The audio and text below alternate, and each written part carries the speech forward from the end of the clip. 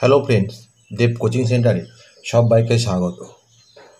আজ প্রান্তিক প্রকাশনীর মাধ্যমিক ভূগোল ও পরিবেশ বসু মল্লিকের লেখা দশম শ্রেণীর ভূগোল বই থেকে চতুর্থ অধ্যায় বজ্র ব্যবস্থাপনার অনুশীলনী 3 নম্বর মানের প্রশ্ন উত্তর নিয়ে আলোচনা করব। দেখো, আজকে 7 দাগের প্রশ্ন। তোমরা এই প্রশ্নগুলি দেখে নাও, এর উত্তরগুলি পরে করা আছে। 1 নম্বর প্রশ্ন দেখো, পার্থক্য লেখো জৈব ও অজৈব বজ্র। এর উত্তরে ভিত্তি জৈব বজ্র অজৈব বজ্র বলে ভাগ করবে। 1 নম্বর উৎসতে লিখবে জৈব পদার্থের অপ্রয়োজনীয় অংশ, আর অজৈবতে লিখবে অজৈব কণা এবং দহনে উৎপন্ন গ্যাসীয় পদার্থ। 2 নম্বর লিখবে উপাদান। জৈব বজ্র পদার্থগুলিতে ক্ষতিকর উপাদান কম থাকে, এদিকে লিখবে অজৈব বজ্রগুলির মধ্যে ক্ষতিকর উপাদান বেশি থাকে। নেক্সট 3 নম্বর রূপান্তর। জৈব বজ্র পদার্থগুলিকে জৈব সারে রূপান্তরিত করা হয়, এদিকে লিখবে অজৈব বজ্রগুলিকে সহজেই কঠিন তরল এবং গ্যাসীয় বজ্রে রূপান্তরিত করা যায়। 4 নম্বর লিখবে ক্ষয়প্রাপ্তি।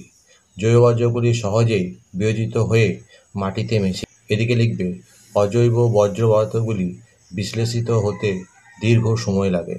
2 নম্বর পার্থক্য দেখো জৈব ভঙ্গুর ও অজৈব অভঙ্গুর।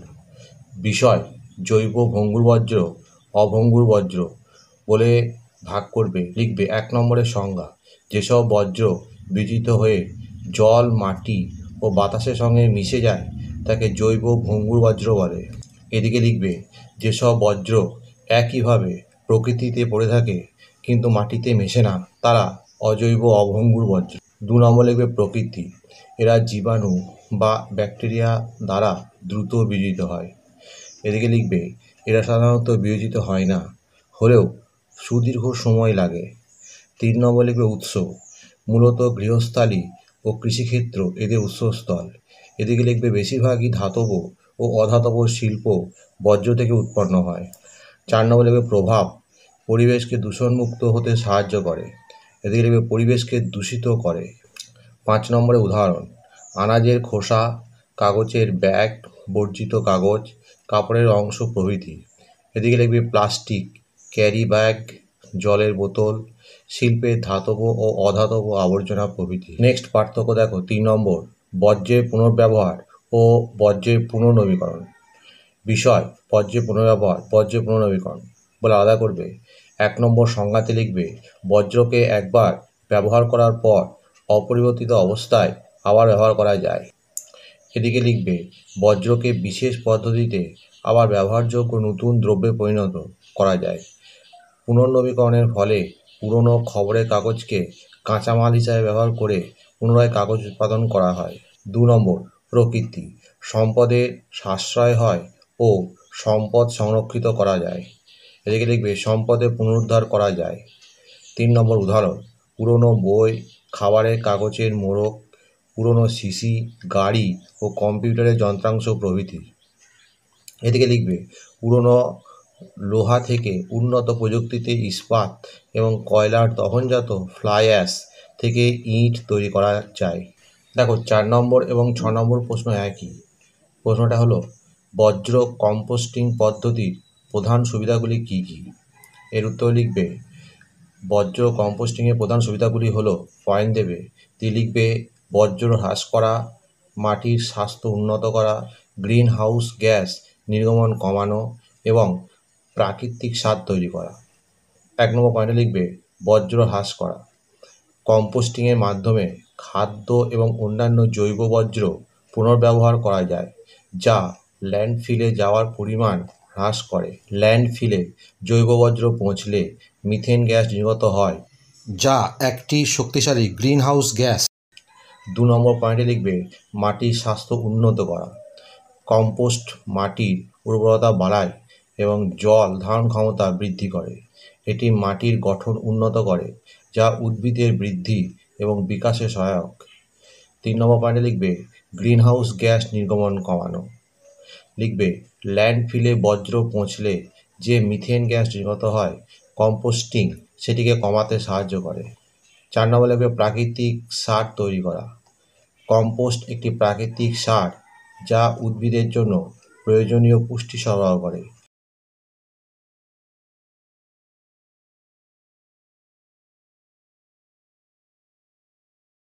কম্পোস্টিং একটি পরিবেশ বান্ধব এবং টেকসই পদ্ধতি যা বর্জ্য ব্যবস্থাপনার একটি গুরুত্বপূর্ণ অংশ। এরপরে 5 নম্বর প্রশ্ন দেখো, বর্জ্য ব্যবস্থাপনায় শিক্ষার্থীর ভূমিকা আলোচনা করো। লিখবে বর্জ্য ব্যবস্থাপনায় শিক্ষার্থীর ভূমিকা বলে পয়েন্ট দেবে। 1 নম্বর পয়েন্টে লিখবে সচেতনতা তৈরি। শিক্ষার্থীরা বর্জ্য ব্যবস্থাপনার গুরুত্ব সম্পর্কে সচেতনতা তৈরি করতে পারে। তারা তাদের বন্ধু, পরিবার এবং স্থানীয় সম্প্রদায়ের সদস্যদের বর্জ্য ব্যবস্থাপনার বিভিন্ন পদ্ধতি সম্পর্কে জানাতে পারে। 2 নম্বর লিখবে বর্জ্য হ্রাস।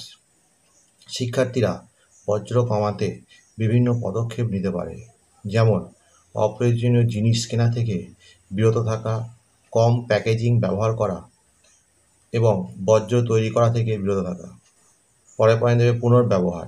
শিক্ষার্থীরা পুরনো জিনিস পুনর্ব্যবহার করার জন্য বিভিন্ন উপায় খুঁজে বের করতে পারে, যেমন পুরনো পোশাক, খেলনা বা বই অন্য কারো প্রয়োজন মতো ব্যবহার করা।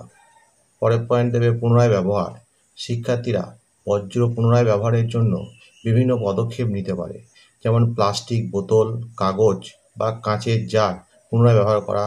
এর পরের পয়েন্ট দেবে পরিবেশ বান্ধব জীবনযাত্রা।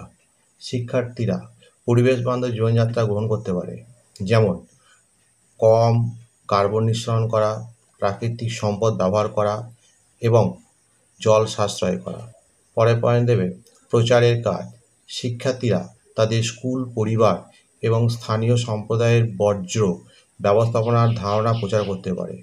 তারা বিভিন্ন সচেতনতা কার্যক্রম, যেমন পরিষ্কার পরিচ্ছন্নতা অভিযান, বর্জ্য ব্যবস্থাপনার উপর আলোচনা সভা অথবা পোস্টার তৈরি করতে পারে। এরপরে পয়েন্ট দেবে প্রযুক্তি ব্যবহার। শিক্ষার্থীরা বর্জ্য ব্যবস্থাপনার জন্য প্রযুক্তি ব্যবহার করতে পারে, যেমন অনলাইনে বর্জ্য ব্যবস্থাপনার তথ্য অনুসন্ধান করা বা বর্জ্য ব্যবস্থাপনার উপর বিভিন্ন অ্যাপ্লিকেশন ব্যবহার করা। প্রকল্প গ্রহণ।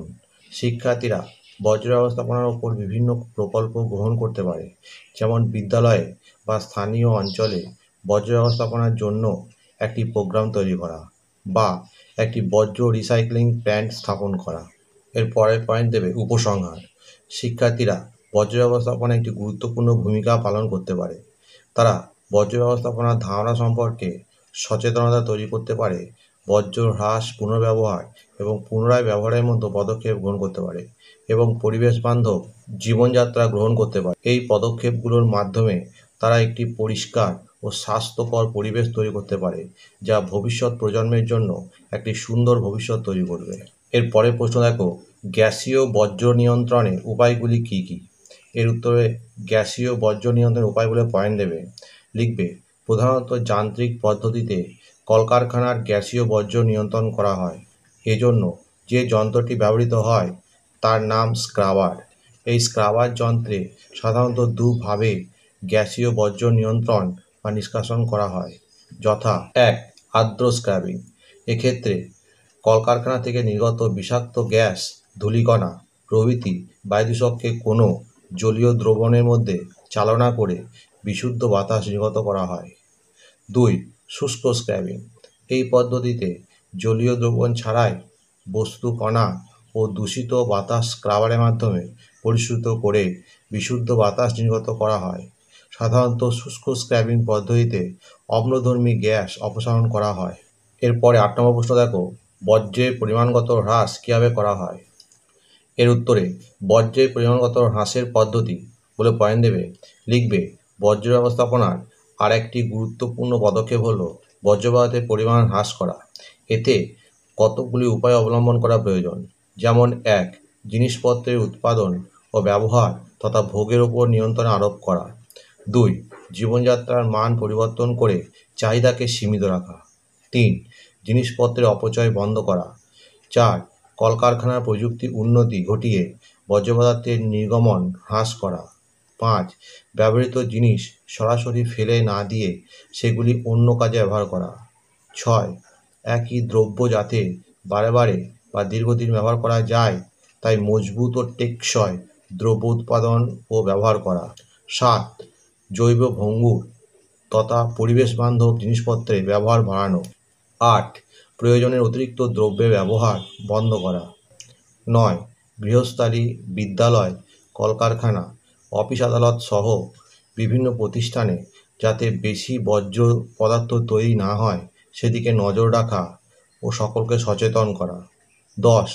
জনসংখ্যা নিয়ন্ত্রণ করা প্রভৃতি। এরপর 9 নম্বর প্রশ্ন দেখো, পরিবেশের উপর বর্জ্য পদার্থের 3টি প্রভাব সম্বন্ধে লেখো। এর উত্তরে বর্জ্যের পরিবেশগত প্রভাবের মধ্যে রয়েছে 1. পয়েন্ট দেবে জলদূষণ। বর্জ্য জল দূষণের একটি প্রধান কারণ। বর্জ্য থেকে নির্গত দূষকগুলি জলকে বিষাক্ত করে তোলে, যার ফলে মাছ এবং অন্যান্য জলজ প্রাণীর মৃত্যু হয়। বর্জ্য থেকে নির্গত দূষকগুলি মানুষের স্বাস্থ্যের জন্য ক্ষতিকর হতে পারে। পরে পয়েন্ট দেবে বায়ু দূষণ। বর্জ্য থেকে নির্গত দূষকগুলি বায়ু দূষণেরও একটি কারণ। বর্জ্য থেকে নির্গত দূষকগুলি বায়ুকে দূষিত করে, যার ফলে বিভিন্ন স্বাস্থ্য সমস্যা হতে পারে। মাটি দূষণ। বর্জ্য মাটি দূষণের একটি প্রধান কারণ। বর্জ্য থেকে নির্গত দূষকগুলি মাটিকে দূষিত করে, যার ফলে উদ্ভিদ ও প্রাণীর স্বাস্থ্যের জন্য হুমকি সৃষ্টি হয়। পরে পয়েন্ট দেবে জলবায়ু পরিবর্তন। বর্জ্য জলবায়ু পরিবর্তনের একটি কারণ হতে পারে। বর্জ্য থেকে নির্গত গ্যাসগুলি গ্রিনহাউস গ্যাস হিসাবে কাজ করে, যা বায়ুমণ্ডলের তাপ আটকে রাখে। এটি পৃথিবীর তাপমাত্রা বৃদ্ধির দিকে পরিচালিত করে, যা জলবায়ু পরিবর্তনের কারণ। এরপরে 10 নম্বর প্রশ্ন দেখো, বর্জ্য ব্যবস্থাপনার প্রয়োজনীয়তাগুলি উল্লেখ করো। এর উত্তর লিখবে বর্জ্য ব্যবস্থাপনার প্রয়োজনীয়তা। পয়েন্ট দেবে, লিখবে ভূপৃষ্ঠস্থ জলের কলুষিতকরণ, মৃত্তিকার সংক্রমণ, দূষণ, লিসেট ইত্যাদির মাধ্যমে বর্জ্য পরিবেশকে প্রভাবিত করে থাকে। বর্জ্য পদার্থ কঠিন বা তরল রূপে জলাশয়ে এসে পড়লে তার জলের রাসায়নিক গঠনে পরিবর্তন ঘটিয়ে জলকে কলুষিত করে। একে জল দূষণ বলে। এর ফলে সেই জল পানের অযোগ্য হয়ে ওঠে এবং তা মানুষ ও পশু পাখিদের জীবনের উপর ক্ষতিকর প্রভাব ফেলে। ক্ষতিকর রাসায়নিক তরল বর্জ্য পদার্থ মাটির ভিতরে প্রবেশ করে মাটির সঙ্গে মিশে তা মাটিকে কলুষিত করে মৃত্তিকা দূষণ ঘটায়। শিকড়ের মাধ্যমে এই সকল ক্ষতিকর পদার্থ উদ্ভিদ দেহে সংক্রমিত হয়। মানুষ এবং প্রাণীরা যখন এই সংক্রমিত উদ্ভিদের ফলমূল খাদ্য হিসাবে গ্রহণ করে, তখন তাদের শরীরের স্বাস্থ্যের উপর এক ক্ষতিকর প্রভাব পড়ে। দূষিত বর্জ্য পদার্থ ভূমি ও বায়ু দূষণ ঘটায়। এই প্রকার দূষিত বায়ু মানুষ ও প্রাণীর শ্বাসযন্ত্রের ক্ষতি করে ও নিঃশ্বাস প্রশ্বাসজনিত সমস্যার সৃষ্টি করে। ফলে নানা রকমের মারাত্মক দীর্ঘস্থায়ী রোগব্যাধির সৃষ্টি হয়। এছাড়া ক্ষতিকর বর্জ্য পদার্থ থেকে নিঃসৃত দূষিত জল যখন চুঁইয়ে পড়ে কোনো অঞ্চলকে সংক্রামিত করে, তাকে লিসেট বলে। এই প্রকার দূষিত রাসায়নিক তরল মিশ্রণ যখন ভূপৃষ্ঠস্থ জল ও ভৌমজলে প্রবেশ করে, তখন তার ঋণাত্মক প্রভাব জীবকুলের উপর বিপর্যয় সৃষ্টি করে। বর্জ্য ব্যবস্থাপনার প্রয়োজনীয় গুরুত্বপূর্ণ দিকগুলি হল: 1. বর্জ্য ব্যবস্থাপনার মাধ্যমে বর্জ্যজনিত দূষণ রোধ করা যেতে পারে। 2. এর মাধ্যমে বর্জ্যজনিত দুর্গন্ধ নিয়ন্ত্রণ করা যায়। 3. বর্জ্যের পচনের মহামারী ছড়ায়। নিয়ন্ত্রিত বর্জ্য ব্যবস্থাপনা মহামারীর আশঙ্কাকে দূর করে। 4. স্তূপীকৃত বর্জ্য দৃশ্য দূষণ করে। বর্জ্য ব্যবস্থাপনায় প্রক্রিয়ার দৃশ্য দূষণ রোধ করা যায়। 5. পয়ঃপ্রণালী ব্যবস্থাকে সুরক্ষিত রাখার জন্য বর্জ্য ব্যবস্থাপনার প্রয়োজনীয়তা রয়েছে। 6. গৃহস্থালী ও পৌরসভার বর্জ্য রাস্তাঘাটকে নোংরা করে। বর্জ্য ব্যবস্থাপনার মাধ্যমে রাস্তাঘাট পরিষ্কার পরিচ্ছন্ন রাখা সম্ভব। 7. বর্জ্যের মাধ্যমে জল দূষণ ও জলবাহিত রোগ দ্রুত ছড়িয়ে পড়ে, তাই এর প্রতিকারে বর্জ্য ব্যবস্থাপনা একান্ত প্রয়োজন। এর পরের প্রশ্ন দেখো, প্রকৃতি অনুসারে বর্জ্যের উদাহরণ সহ শ্রেণীবিভাগ করো। এর উত্তর লিখবে প্রকৃতি অনুসারে বর্জ্য পদার্থের শ্রেণীবিভাগ দেখানো হলো। 1 নম্বর পয়েন্টে লিখবে কঠিন বর্জ্য পদার্থ। ব্যবহার্য পদার্থে অবশিষ্টাংশ কঠিন আকারে পরিবেশে এলে তা কঠিন বর্জ্য পদার্থ। গৃহস্থালী, বাড়ির দৈনন্দিন নোংরা ও জঞ্জাল। কৃষি, ফসল তোলার পর অবশিষ্টাংশ। শিল্প, যন্ত্রাংশ, টায়ার ও টিউব, সিমেন্ট কারখানা ও বিদ্যুৎ কেন্দ্র থেকে নির্গত পদার্থ। খনি ও নির্মাণ কাজ, অ্যাসবেস্টস, কয়লা খনি প্রভৃতি থেকে কঠিন বর্জ্য পদার্থ নির্গত হয়। ভূমি দূষণে তার ভূমি দূষণে এর ভূমিকা বেশি। নম্বর পয়েন্টে লিখবে তরল বর্জ্য পদার্থ। তরল আকারেও বর্জ্য পদার্থ পরিবেশে মেশে। গৃহস্থালির রান্নাঘর ও বাথরুমের নোংরা জল, কারখানা থেকে নির্গত বিভিন্ন তরল, বিদ্যুৎ কেন্দ্র থেকে নির্গত জল, কারখানা থেকে নির্গত রাসায়নিক তরল রং, যানবাহন থেকে নির্গত ডিজেল, গ্রিজ ইত্যাদি হলো তরল জৈব পদার্থ। জল দূষণের ভূমিকা বেশি। 3 নম্বর পয়েন্টে লিখবে গ্যাসীয় বর্জ্য পদার্থ। গ্যাসীয় আকারে নির্গত বর্জ্য পদার্থ হলো গ্যাসীয় বর্জ্য পদার্থ। কলকারখানা থেকে নির্গত ধোঁয়া ও গ্যাস, CO2, CO ইত্যাদি, যানবাহন থেকে নির্গত গ্যাসের উৎস। বায়ু দূষণে এগুলির ভূমিকা বেশি। পরের প্রশ্ন দেখো, ভাগীরথী হুগলি নদীর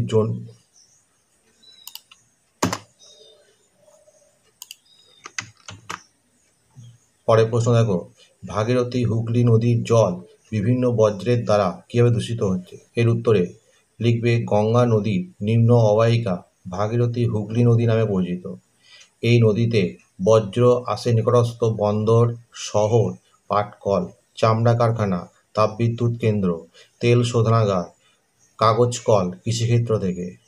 প্রায় সব ধরনের বর্জ্য পদার্থই এই নদীতে এসে প্রতিদিন মিশেছে, যার ফলে নদীর দূষণের মাত্রা বেড়েছে অত্যধিক। এর প্রভাবগুলি হলো কলকারখানা, তেল শোধনাগার, পাটকল প্রভৃতি থেকে ক্রমশ দূষিত জল নদীতে এসে পড়ছে, যাতে মিশে থাকছে ধাতব বিষাক্ত পদার্থ। এর ফলে নদীর নাব্যতা হ্রাস পাচ্ছে, নদীতে থাকা মাছ ও অন্যান্য জলজ প্রাণীর জীবন সংশয় হচ্ছে।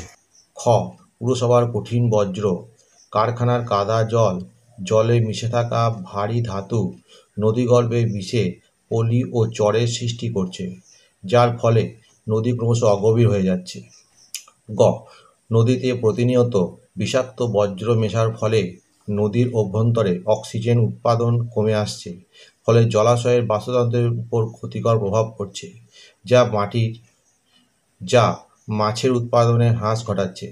এর ফলে বর্তমান বহু প্রজাতির মাছের সংখ্যা কমে এসেছে। কলকারখানা ও শোধনাগারে গরম জল নদীতে পড়ে জলের তাপমাত্রা অস্বাভাবিক মাত্রায় বৃদ্ধি পায়। এক্ষেত্রে জলে থাকা উপকারী ব্যাকটেরিয়ার মৃত্যু হয় ও জলচক্রের স্বাভাবিক গতি ব্যাহত হয়। ভাগীরথী হুগলি নদীকে এরূপ দূষণমুক্ত করার জন্য 1985 সালে গঙ্গা অ্যাকশন প্ল্যান নামে একটি পরিকল্পনা গৃহীত হয়, যেটি সম্পন্ন করার দায়িত্বে ছিল কলকাতা পুরসভা, এবং এই প্ল্যানের ফলে কলকাতার প্রায় 175 কিলোমিটার দীর্ঘ গঙ্গামুখী নালা বন্ধ করে তা পরিশোধন করা হয়। বর্তমানে নমামি গঙ্গে নামক পরিকল্পনায় সমগ্র গঙ্গা নদীর দূষণ মুক্ত করার কাজ চলছে। বন্ধুরা, এখানেই শেষ করছি। পরবর্তী ভিডিওতে আবার দেখা হবে। ভিডিওটি ভালো লাগলে অবশ্যই লাইক, কমেন্ট, শেয়ার করবে।